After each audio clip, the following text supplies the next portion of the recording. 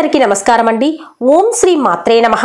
మాఘమాసంలో వచ్చే పౌర్ణమికి ఒక ప్రత్యేకమైన విశిష్టత ఉందండి. మఘ నక్షత్రంలో వచ్చే పౌర్ణమినే మాఘ పౌర్ణమి అని అంటాము. వీడియో మొత్తం చూసాక వీడియో నచ్చినట్లయితే ఒక లైక్ వేయండి, షేర్ చేయండి, ఛానల్ ని తప్పకుండా సబ్స్క్రైబ్ చేసుకోండి ఫ్రెండ్స్. మీరిచ్చే చిన్న లైక్ నేను వీడియోలు చేయడానికి ఎంతో ఎంకరేజ్మెంట్ లా ఉంటుందండి. ప్రత్యేకంగా మాఘమాసంలో వచ్చే పౌర్ణమి రోజు లలితా అమ్మవారిని పూజించినట్లయితే ఎంతో పుణ్యము, పూర్వజన్మ కర్మఫలాలన్నీ తొలగిపోతాయండి. ఆరోగ్యం చేకూరుతుంది, కుటుంబ సంతోషం, కుటుంబ శాంతి, ప్రేమ, ఆప్యాయతలు కుటుంబంలో పెరుగుతాయి అనడంలో ఏమాత్రం సందేహం లేదు. మాఘ పౌర్ణమి రోజు లలితా అమ్మవారిని పూజించడము, లలితా సహస్రనామ పఠనము, సూర్య ఆరాధన, అలాగే ఆలయ దర్శనం చేసుకోవడం ఎంతో మంచిదండి. అలా చేయడం వల్ల పూర్వజన్మ కర్మఫలాలు దగ్ధమవడం ఖచ్చితంగా జరుగుతుంది. ఇక ఈ రోజు చేయవలసిన పనులు ఏంటంటే, సూర్యోదయానికి పూర్వమే లేచి స్నానాధికాలు ముగించుకోవాలి. సూర్యునికి ఓ నమస్కారం చేసుకొని ఓం సూర్యదేవాయ నమః అంటూ 3 సార్లు అనుకోవాలి. ఇలా చేయడం వల్ల ఆరోగ్యము, ఆనందము కలుగుతాయి. ఇంకా లలితా సహస్రనామాలు ఉదయం కానీ సాయంత్రం కానీ వినడము లేదా పఠనం చేయడం ఎంతో మంచిదండి.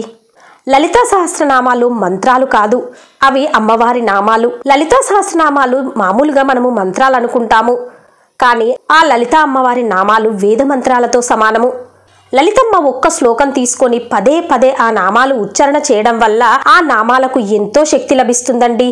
అలా లలితమ్మ నామాలు పఠించడం వల్ల వచ్చిన ఆ శక్తి మనకున్న సకల బాధలను, రోగాలను తొలగిస్తుందనడానికి ఏమాత్రం సందేహం లేదు.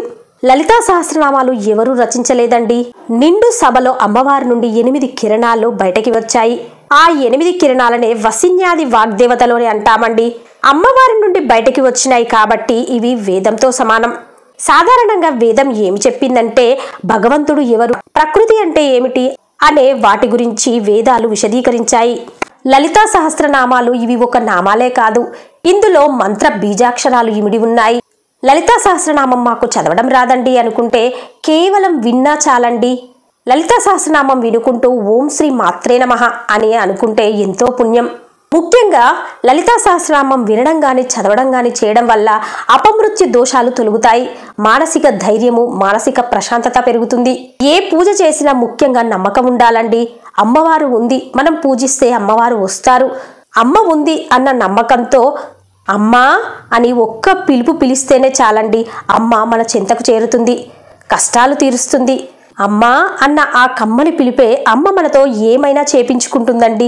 మనకు పూజ చేయాలి, ఆర్భాటాలు అవన్నీ అమ్మకు అవసరం లేదు. మన మనస్సు అమ్మపై పెట్టి అమ్మ నామస్మరణ చేసినా చాలు, అమ్మ కరుణా కటాక్షాలు మన మీద కుమ్మరిస్తుందండి.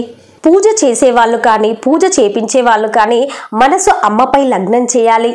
మన సమయాన్ని అమ్మకు కేటాయించాలి. అమ్మను పూజలో పిలిచాము, వేరే ఆలోచిస్తున్నాము, అది కరెక్ట్ కాదండి. అంతే కదండి, మన ఇంటికి తెలిసిన వాళ్ళు ఎవరైనా వచ్చారు, ఇంటిలోకి ఆహ్వానించాము, మంచినీళ్ళు ఇచ్చాము, కాఫీ ఇచ్చాము, కానీ వాళ్ళు చెప్పేది మనము వినే పరిస్థితిలో లేము. ఇక కొంతసేపటికి అది గమనించిన వాళ్ళు అక్కడి నుండి వెళ్ళిపోతారు కదా. అలానే అమ్మ కూడా అంతే. అమ్మను పూజలో పిలిచాక అమ్మతో మాట్లాడాలి, మన కష్టాలు చెప్పుకోవాలి, అమ్మకు మన సమయం కేటాయించాలి. అప్పుడే అమ్మ మనం చేసే పూజను స్వీకరించి మనపై కరుణను కురిపిస్తుంది, మన కష్టాలను పటాపంచలు చేస్తుందండి. లేదంటే వీడు చాలా బిజీగా ఉన్నాడు, ఇప్పుడు వీడికి మన అవసరం లేదనుకొని అమ్మ అక్కడి నుండి వెళ్ళిపోతుంది. మానవ మాతృలం మనమే. ఎవరింటికైనా వెళ్తే వాళ్ళు సరిగా పట్టించుకోకపోతే ఫీల్ అవుతాము. మరి అమ్మ కూడా అంతే కదండి. అమ్మలగన్న అమ్మ, ముగ్గురమ్మల మూలపుటమ్మ, ఆదిపరాశక్తి, జగములు నేలే తల్లి ఫీల్ అవుతుంది కదండి. అమ్మను మనసారా చూసుకుంటూ ప్రేమతో, ఆప్యాయతతో ఈ మాఘ పౌర్ణమి రోజు అమ్మను పూజ చేసుకుందాము. సాయంకాలం సమయంలో లలితా సహస్రనామం విన్నా కానీ లేదా పఠనం చేసినా కానీ మన కష్టాలు మటుమాయం అవడం ఖాయం. ఎందుకంటే అంత శక్తివంతమైన, ప్రత్యేకమైన, విశిష్టమైన రోజు మాఘ పౌర్ణమి.